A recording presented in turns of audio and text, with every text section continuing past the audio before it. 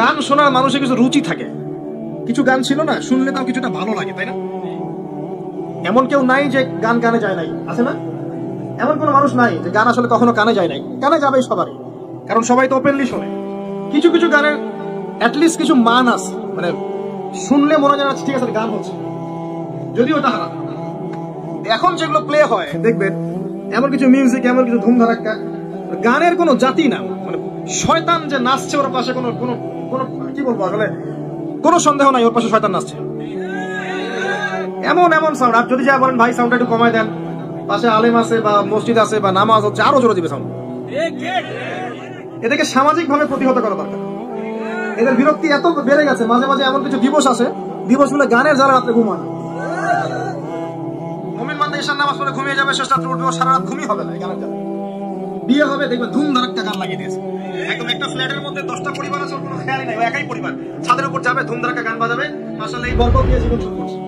এই অভিশাপ নিয়ে জীবন শুরু করলে বৈবাহিক জীবন সুখী হবে? তো শয়তানের আনুগত্য দিয়ে জীবন শুরু করেছে দেখবেন। আবার এমন সময় অনেক কিছু কনসার্ট হয় দেখবেন, স্টেজে এমন ভাবে নাচানাচি করে মনে শুয়োর আর বানর নাচছে। হ্যাঁ, হাদিসে এই শব্দ এসেছে, আমার উপর রাগ করবেন না। নবী সাল্লাল্লাহু আলাইহি ওয়াসাল্লাম বলেছেন, যারা এই উম্মতের মধ্যে মাদককে হালাল করে নিবে, বাদ্যযন্ত্রকে হালাল করে নিবে, এবং যারা নর্তকী নাচাবে এবং মিউজিক্যাল ইনস্ট্রুমেন্টের সাথে এদের গভীর সম্পর্ক থাকবে, একদিন সকালে আল্লাহ পাক এদেরকে বানর আর শুয়োর বানিয়ে দিবেন। একদম টাটকা হাদিস, আখিরুজ জামানের হাদিস পড়ে দেখবেন। গানের লিরিক্স গুলো দেখবেন, সবগুলো হচ্ছে জেনা কেন্দ্রিক। লিরিক্স গুলো দেখবেন হারাম প্রেম নিয়েই গান, যতগুলো গান দেখ ম্যাক্সিমাম দেখবেন হারাম প্রেম নিয়ে গান। যেই জেনার ধারের কাছে যেতে আল্লাহ নিষেধ করেছেন, যে লা তাকরাবু জিনা, ওটাকে নিয়েই গান। এই যে আমি তোমাকে পেলাম না, তুমি আমাকে পেলে না, তোমার জন্যই করতে পারি, তোমার জন্য সেই, এই মেয়েটা কে আসলে? এ কি তার স্ত্রী?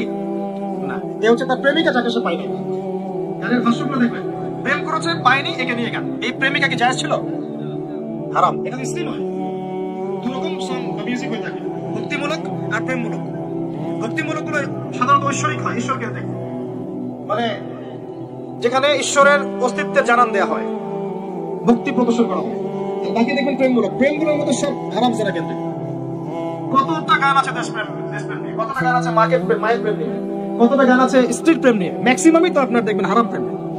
যারা জুমার দিনে মসজিদে হাজিরা দিতে চায়, 5 ওয়াক্ত নামাজের খবর নাই, এরকম মুসলিমদের এই উম্মার কোনো প্রয়োজন নাই। হ্যাঁ, যুব সমাজের মধ্যে দেখবেন সারাদিন দুনিয়ার অকাম কুকামে ব্যস্ত আছে, আল্লাহর পরোয়া করে না। এইসব যুবকদের আল্লাহর কোনো প্রয়োজন নাই। হ্যাঁ, এমনকি যারা এইসব চেয়ারে বসে, আমাদের মতো এইসব চেয়ারে, এই চেয়ারে বসে যাদের দুনিয়ার ফিকির, দুনিয়ার ধান্দা করে, এদেরও আল্লাহর কোনো প্রয়োজন নাই। আল্লাহ পাকের আসলে আমাদের প্রয়োজন নাই। আমরা মিছে মিছি মনে করি যে আমাদেরকে ছাড়া আল্লাহ চলবে না।